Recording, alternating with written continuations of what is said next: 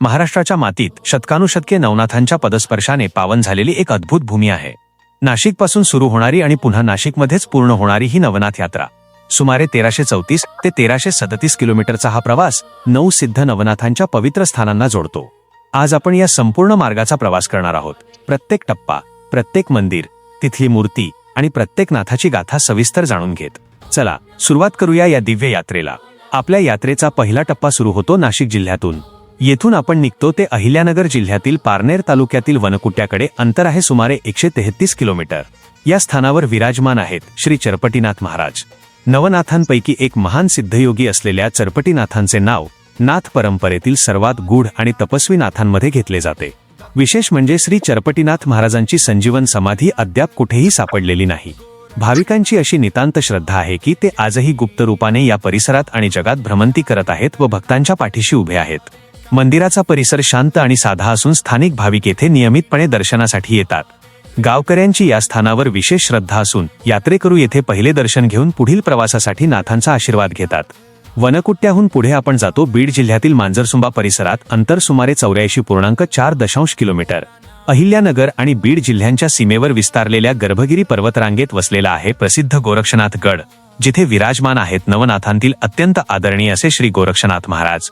मच्छिंद्रनाथांचे शिष्य असलेले गोरक्षनाथ हे नाथ संप्रदायाचे एक महान आधारस्तंभ मानले जातात. आख्यायिकेनुसार गोरक्षनाथांनी याच गर्भगिरी डोंगर रांगेला आपल्या सामर्थ्याने सुवर्णमय केले होते असा उल्लेख पुराण कथांमध्ये आढळतो.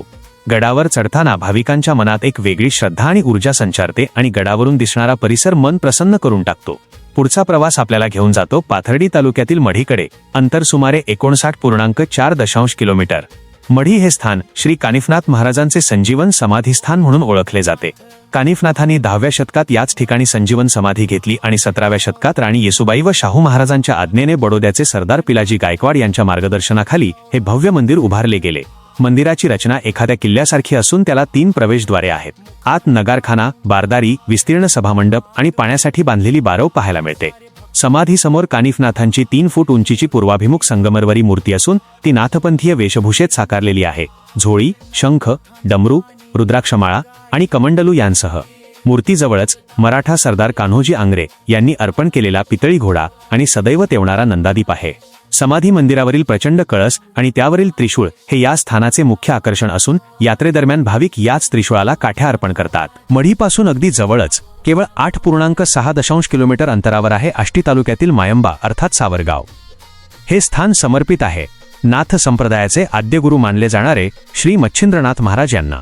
गुरु मच्छिंद्रनाथांनीच गोरक्षनाथांना दीक्षा दिली आणि म्हणूनच नाथ परंपरेत त्यांचे स्थान अत्यंत आदराचे आहे. गडावर मच्छिंद्रनाथांची चैतन्य समाधी असून तेथे अखंड तेवणारी धुनी कधीच विझत नाही असे मानले जाते. समाधी मंदिराच्या मागच्या बाजूला धोंडाई देवीचे मंदिर आहे. ही देवी नाथांनी मानलेली बहीण मानली जाते. डोंगराच्या पायथ्याशी असलेल्या तलावाला देवतळे म्हणतात. दरवर्षी गुढीपाडव्याच्या आदल्या रात्री कावडीने आणलेल्या गंगाजलाने समाधीला स्नान घातले जाते आणि हा सोहळा पाहण्यासाठी हजारो भाविक येथे जमतात. येथून पुढे आपण निघतो पाटोदा तालुक्यातील चिंचोली गावाजवळील गहिनीनाथ गडाकडे. अंतर सुमारे 49.5 किलोमीटर. हे स्थान आहे श्री गहिनीनाथ महाराजांचे, जे गुरु गोरक्षनाथांचे पट्टशिष्य मानले जातात. श्री नवनाथ भक्तिसार या ग्रंथात गहिनीनाथांनी भक्ती, ज्ञान, कर्म आणि ध्यान याद्वारे मोक्षाचा मार्ग जगाला दाखवला असल्याचा उल्लेख आहे. त्यांनी नाथपंथ आणि वारकरी संप्रदाय यांना जोडणारा एक सुवर्ण सेतू उभारला असे मानले जाते. मंदिराचे प्रवेशद्वार प्राचीन असून त्यावर सुंदर पुष्पनक्षी कोरलेली आहे. या तोरणाच्या वरच्या बाजूला एक जुना शिलालेख आहे, ज्यावरून शके 1619 मध्ये या मंदिराचा जीर्णोद्धार झाल्याचे समजते. गाभाऱ्यात मध्यभागी जमिनीवर गहिनीनाथांची समाधी असून मंदिरात दरवर्षी गुरुपौर्णिमा आणि दत्तजयंती मोठ्या उत्साहात साजरी केली जाते. गहिनीनाथ गडाहून सुमारे 24.9 किलोमीटरवर बीड जिल्ह्यातील शिरूर तालुक्यातील येवलेवाडी डोंगरकिन्ही परिसरात वसलेले आहे जालंधरनाथांचे स्थान. नाथग्रंथांमध्ये कानिफनाथांचे गुरु म्हणून जालंधरनाथांचा उल्लेख येतो. हे पुरातन मंदिर 3 वेशींनी वेढलेले असून मुख्य वेशीतून सुमारे 50 पायऱ्या चढून गेल्यावर मुख्य मंदिरास पोहोचता येते, ज्याला 3 प्रवेशद्वारे आहेत. प्रवेशद्वारावर पशु, पक्षी आणि गणपतीची शिल्पे कोरलेली असून ती पाहणाऱ्याचे लक्ष लगेच वेधून घेतात. जालंधरनाथांचे हे स्थान नाथ संप्रदायातील 84 सिद्धांपैकी एक महत्त्वाचे स्थान मानले जाते. आता आपला प्रवास थोडा लांबचा आहे. डोंगरकिन्हीपासून लातूर जिल्ह्यातील हरंगुळपर्यंत तब्बल 168 किलोमीटरचा. हरंगुळ हे स्थान समर्पित आहे राजयोगी श्री भर्तरीनाथ महाराजांना. आख्यायिकेनुसार राजा भर्तृहरी हे गुरु गोरक्षनाथांच्या मार्गदर्शनाखाली राजपाट सोडून सिद्धयोगाच्या मार्गावर निघाले आणि पुढे हरंगुळ या गावी येऊन ध्यानस्थ बसले. ते ज्या जागी बसले तिथे कालांतराने मोठे वारुळ तयार झाले आणि त्याच जागेवर आज त्यांचे समाधी मंदिर उभे आहे. दरवर्षी नागपंचमीच्या दिवशी येथे मोठी यात्रा भरते आणि राजपाट सोडून सिद्धयोगाचा मार्ग स्वीकारणाऱ्या भर्तरीनाथांची ही कथा आजही भाविकांना वैराग्य आणि त्यागाची प्रेरणा देते. हरंगुळहून पुढे आपण जातो चाकूर तालुक्यातील वडवळ नागनाथकडे. अंतर सुमारे 67.1 किलोमीटर.